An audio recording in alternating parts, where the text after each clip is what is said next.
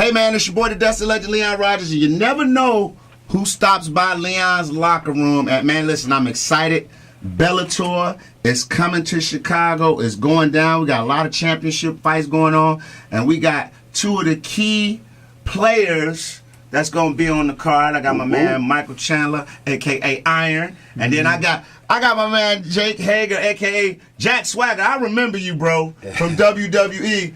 We, the people. I used to stand up in my house and say that all the time when you came on TV, man. How y'all doing, man? Good. Enjoying Chicago. Yeah, enjoying Chicago? At least you're here when it's nice, okay weather. Yeah, I know. What was it? Was it like last week or something? You guys had a winter. Well, no, that was a couple of months ago. That was the Jussie Smollett Polar Vortex. Oh, okay. Well, no, I know. 2 weeks ago, 2 weeks ago, I saw it come across my ticker on my screen. I was like, man, we're about to be in Chicago in 2 weeks. It's dang near May, and they're about to have a winter storm. Yeah, we did have a little snow, but nothing beats the Polar Vortex that happened when Jussie Smollett got his ass whipped for a Subway sandwich. Yeah. But that's neither here nor there. We're past that. Let's talk about big fight going on. You're going to be taking on Patricio Pitbull. Yes, sir. What can we expect? Are we going to see fireworks and dynamite? Or is it going to be one of those matches where you guys kind of fill each other out because y'all respect each other? Are you going for the kill early? Man, I think... And most of the time, I would say there's a feeling out process in a lot of these fights. Most of the time, I would say there's not a lot of bad blood. It's just two guys competing. But this is a fight that has been years, and when I say years, I mean almost a decade in the making. I have fought his brother twice, beat his brother badly twice. After the last time I fought him, he got in my face and said he wanted to fight me. This was almost 2 years ago. Since then, we've been jawing back and forth. There's been even more and more bad blood pretty much daily coming out of us. So I mean, this is an exciting fight for me. This is a fight where I think the man across the cage from me legitimately has hatred towards me. Okay. So I'm prepared for that, and I always come out fast. I always come out pretty hectic, pretty crazy. So the fans will be on their edge of their seat. They should expect a knockdown, drag-out war. But I'd like to go out there and get the finish in the first round. No, and I want to expound on that when you say the hate, because a lot of times, you know, when we watch the boxing world, not to pick on the sport, we see, and even in that other federation that I watch, you know, sometimes it gets a little. How can you say it's like they're shooting with each other? You being a wrestler, remember, it seems like it's promos, but you say it's legitimate, like you whooped his brother and now I'm going to revenge my brother. Yeah, I mean, pretty much. I mean, and I think that's where he's coming from. He wants to get revenge for his brother, as well as we've just had certain interactions over the last 8 years that, you know, this is a sport full of men who are sizing each other up, thinking, you know, I'd like that fight someday, and I think we both looked like this fight was going to happen eventually, and now here it is, and there's genuine hatred in this fight. Well, with all that being said, after the fight is over, is there mutual respect because you are martial artists at the end of the day, mixed martial artists, so you respect the craft and respect each other? Yeah, absolutely, because you know, we're all just here providing for our families, you know, and there's no other sports out there besides the sport of collegiate wrestling that I have as much respect for the athletes. Nobody trains as hard as us. Nobody puts themselves what we have to put ourselves through. Nobody is in the arena by themselves in a sport where you can either triumph or be a part of something tragic in front of millions of eyeballs, and you're under so much scrutiny. So I have a ton of respect for anybody who steps in the cage, and I think after this fight, after I get the win, you know, hopefully we can shake hands and move forward. If not, if he wants to do it again, we can do it again. Okay. Jake, so 1-0, right? You're doing your thing. Tell me, now I know what the difference is. I mean, it can get, like he said, it can go great or it can go really bad. What made you want to get into mixed martial arts? Because you had a pretty successful career in the WWE, ECW, a couple of federations. I remember Jack Swagger. He was like one of my favorite guys because of the name and everything. It sounded like a cool ass deodorant name. It was just dope. But coming from an athletic background, playing football, Oklahoma, did your thing. What made you say, hey man, I want to go ahead and let somebody punch me in the face? I punched him in the face and put him in a leg lock. Opportunity. Okay. Honestly, it really made sense for me coming out of the WWE. You see pro wrestling is kind of at a peak of popularity again, resurging back to the 1980s, even the Monday Night Wars of the 1990s.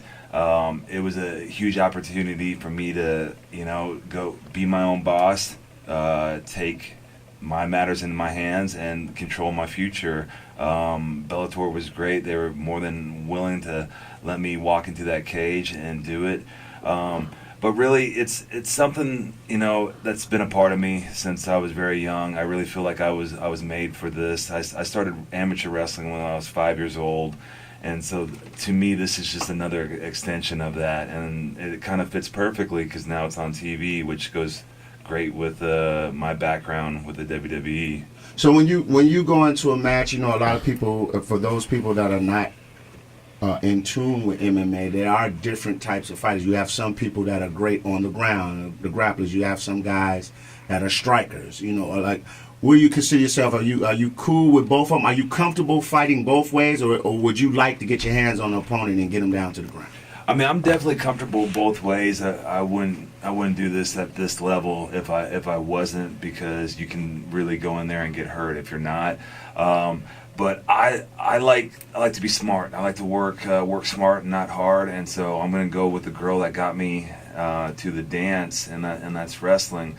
And you know, once you get on top of someone, it's really hard for them to punch you because you can control them. And that's what my wife said. 3 kids later, she got you to the dance. She got you to the dance right over there. Yeah, she hasn't kicked you out nah, yet. not yet, bro. Yeah. I'm working on it. You and me both. So that's the way I like to fight. I like to get them up against the cage and get them down on the ground where I can keep this face pretty. Absolutely. For those endorsement deals, Mike. Let's talk about the rush, man. Like, win or losing. Like, cause sometimes I talked to Clay Geeter, who's from here, and he was like, you know, even when you lose, there's something about hearing that crowd cheering for that other guy that pisses you off and makes you want to get back. What's been your worst loss? If you had a loss where you were like, damn it, like, you know, if I had done this, I probably would have won that. Yeah, you know, Two come to mind. Number one was somewhat out of my control. Biggest fight of my life, biggest stage of my life, Madison Square Garden, June 2017. I mean, that's kind of, you know, when you get into this sport, you want big fights, you want the big paychecks, and you want to fight in venues like Madison Square Garden. And this was my opportunity. I just got done warming up in the same locker room where Mike Tyson warmed up, where Muhammad Ali warmed up, where Holyfield warmed up. Made that same walk. Went out there, roll my ankle, get a weird leg injury, foot drop, all this kind of weird stuff, lose the fight, and it was just such a letdown. But that's not as bad as a fight where you get done with the fight, and I'll bring up a friend of mine, Tyron Woodley, who just lost his welterweight title, and after the fight you can see he's walking back and he's like, dang man, that was like a bad dream. You know, and I'm sure you've had wrestling matches like that. You know, you've had wrestling matches like that or fights like that where you get done and you look back and you say, "Man, what just happened?" You know, and I remember my second fight that I lost. I lost 3 fights in a row, went 688 days without a win. But that first fight that kind of sprungboarded me into that, I got done with the fight and just thought, man, that was completely out of my control. I did not fight within myself. I did not fight within my strength. So my prayer, my mindset, my motto where I want to be is I'm not looking for the win, the loss, the victory, anything. All I'm looking for is trying to perform at a level in which I know that I'm capable of. Train like I fight, or fight like I've trained, and that's the best you can do, and that's where you really give yourself a pat on the back, knowing that you've competed the best man that you possibly could be. Now, I'm going to tell you guys, I kind of lean towards Bellator a little bit more because I love the tournament style. Mm-hmm. You know, there's nobody in suits making the decisions.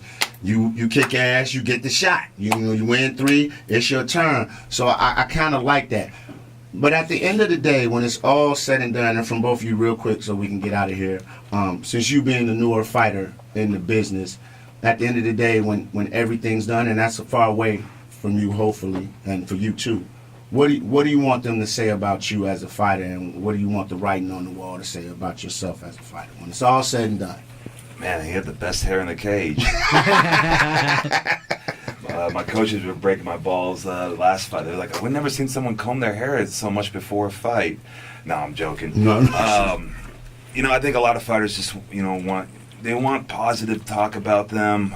Me personally, it's not on my mind. Like, you can say what you want about me as long as I'm happy and I've made my family proud. That's all I care about. Right. For me, I want to be what I want people to say that, man, that guy walked like he talked, and he was a guy who was a small guy from a small town who was taught to do small things, but disregarded those things and went out and tried to do big things, and it showed in my fights, it showed in my performances, and it showed how I wore my heart on my sleeve inside that cage. And because I was able to accomplish what I accomplished, other people get inspired and motivated. See how polite that was, man? Really, Mike saying, I'm about that life. I'm about that life. Exactly. Hey, man, Bellator MMA, it goes down Saturday, May 11th at the All-Star Arena. My man, Michael Chandler, defends his title against Pitbull. Lima versus MVP. And there's some $1 million on the line. 50 Cent is going to be paying out for that. You got to be nice with that one. 50 yeah, man, you better show up courtside and give us champagne. Give us some of that champagne. Like him do all. I want some of that too, bro. I'm going to bring it to the studio. Maybe we can slide to Oceans with him afterwards, because I heard he's going to a local dance factory that produces great ballerinas. Oh, okay.